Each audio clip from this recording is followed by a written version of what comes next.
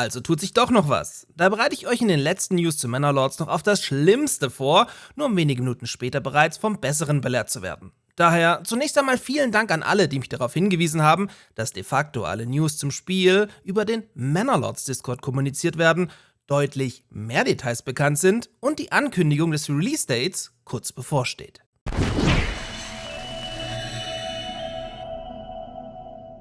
Streng genommen ist die Kuh noch nicht ganz vom Eis. Die Verschiebung auf 2024 ist theoretisch immer noch möglich.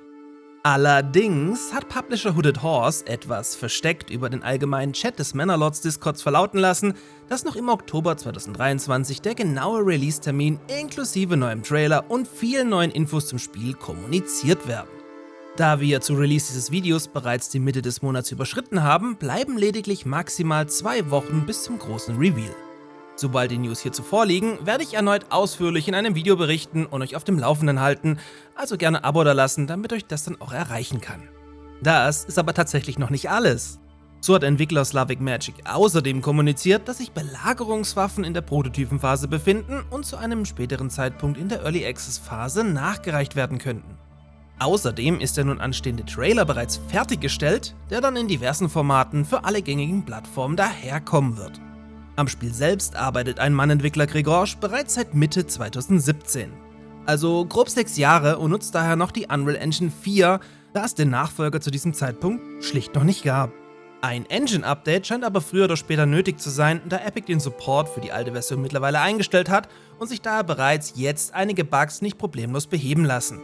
Der Aufwand hierfür ist aber enorm, weswegen er zugunsten eines früheren Early Access Releases nach hinten geschoben wurde. Da Manor-Lords so historisch korrekt wie möglich sein möchte, ist auch die Abfallentsorgung ein Thema. So könnte zu einem späteren Zeitpunkt der Beruf des Dung-Sammlers integriert werden und oder die Fäkalien über einen Kanal in der Mitte der Siedlung abtransportiert werden. Aber auch das spielt aktuell noch keine Rolle, eure Einwohner entsorgen bzw. kompostieren ihren Unrat daher fürs Erste im Hinterhof. Aus Gameplay-Gründen wurde auf einen Tag-Nacht-Wechsel sowie auf Pferde vorerst verzichtet. Das wiederum bedeutet, dass es zum Early Access Start keine berittene Kavallerie geben wird und Händler nicht auf Pferden durch eure Siedlung reiten.